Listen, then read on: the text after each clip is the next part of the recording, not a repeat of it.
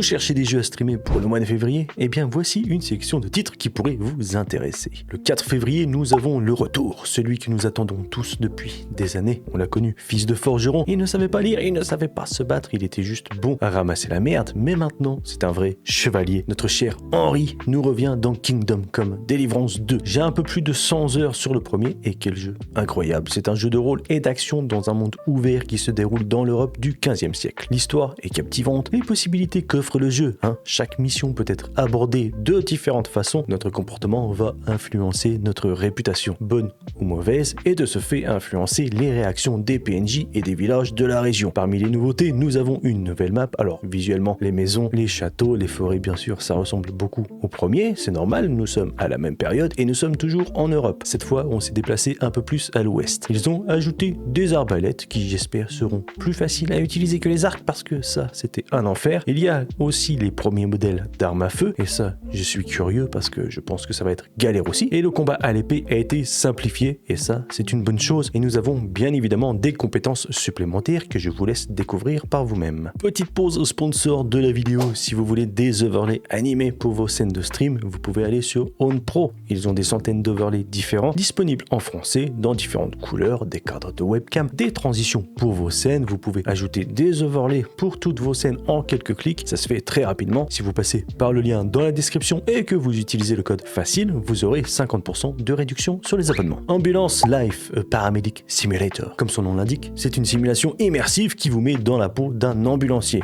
Si vous avez toujours rêvé de faire ce métier, ou même si c'est déjà votre métier, et que quand vous rentrez chez vous, vous avez envie de continuer à sauver des vies, ce jeu est fait pour vous. Il sort le 6 février sur PC, PS5 et Xbox Series. Le jeu propose de se précipiter sur les lieux d'accident, d'appliquer les premiers secours et de transporter les blessés graves à l'hôpital. Chaque intervention est unique, nécessitant des mesures adaptées et rapides, promettant une expérience variée et réaliste du quotidien des secouristes. Ensuite, nous avons un beat'em all plutôt mignon avec une DA que moi je trouve vraiment bien foutue. Big Helmet Heroes. Jouable en solo ou à deux, vous incarnez un héros avec un grand casque, se lançant dans des combats dynamiques contre divers ennemis sur plusieurs niveaux. Alors, c'est clairement pas le jeu de l'année, mais ça peut être sympa pendant 2 ou 3 soirées si vous voulez faire une collab avec un autre streamer par exemple. Il sera disponible sur PC, Switch, PS5 et Xbox Series. Nouvel opus de la célèbre série de jeux de stratégie au tour par tour, Civilization 7 sort le 11 février sur toutes les plateformes. Ce titre introduit la mécanique des âges qui influence les relations diplomatiques et économiques. Chaque civilisation évolue à travers différentes époques, ajoutant des défis dynamiques et des choix stratégiques. Les graphismes sont modernisés et l'IA promet une interaction plus nuancée avec les autres leaders. Cette approche offre une vision plus nuancée de l'histoire, mettant l'accent sur l'interaction entre les sociétés plutôt que sur la simple domination. Ce jeu est pas mal si vous voulez vous focaliser sur un seul jeu pendant des semaines et en plus à la narration nous avons Brienne de Game of Thrones et qui était aussi dans la série Mercredi et peut-être qu'elle a joué aussi dans d'autres trucs, je sais pas. Ensuite, alors je savais même pas que ça existait, Tomb Raider 4, 5, 6 Remastered.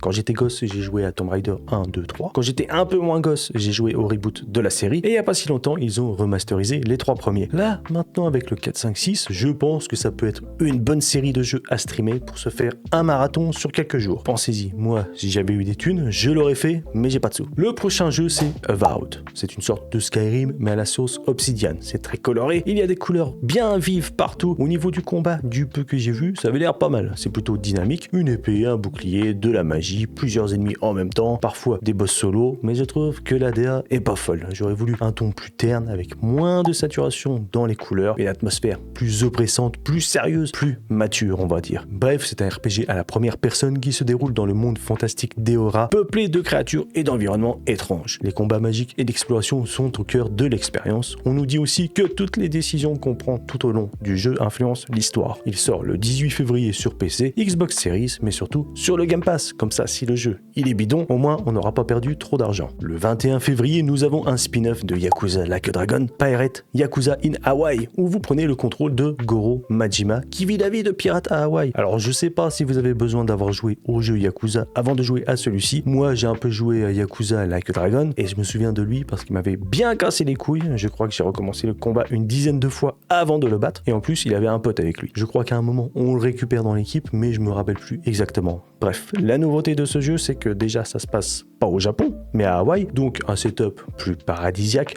plus exotique on va dire, avec l'introduction aussi de combats navals. Bah oui, nous sommes un pirate, ça ressemble beaucoup à Assassin's Creed Black Flag, pour ceux qui ont déjà joué à ce jeu. Pour les combats normaux, ce n'est plus du tour par tour, là c'est bien dynamique, c'est de l'action, du smash des boutons comme un idiot, voilà, c'est ça que j'aime bien. Et c'est pour ça aussi que j'ai pas terminé Like a Dragon, ou que je n'ai pas joué à sa suite, parce que je n'aimais pas les combats tour par tour. Et comme dans les autres Yakuza, vous avez aussi une tonne de mini-jeux, du mini-kart, des jeux de danse, ce genre de choses, des quêtes secondaires et des personnages loufoques. Voilà pour le mois de février. Il y a aussi Monster Hunter Wilds, mais il sort le dernier jour de février, donc techniquement c'est un jeu à jouer pour le mois de mars, et c'est pour ça que je l'ai pas mis dans la vidéo. Voilà, bon stream à tous.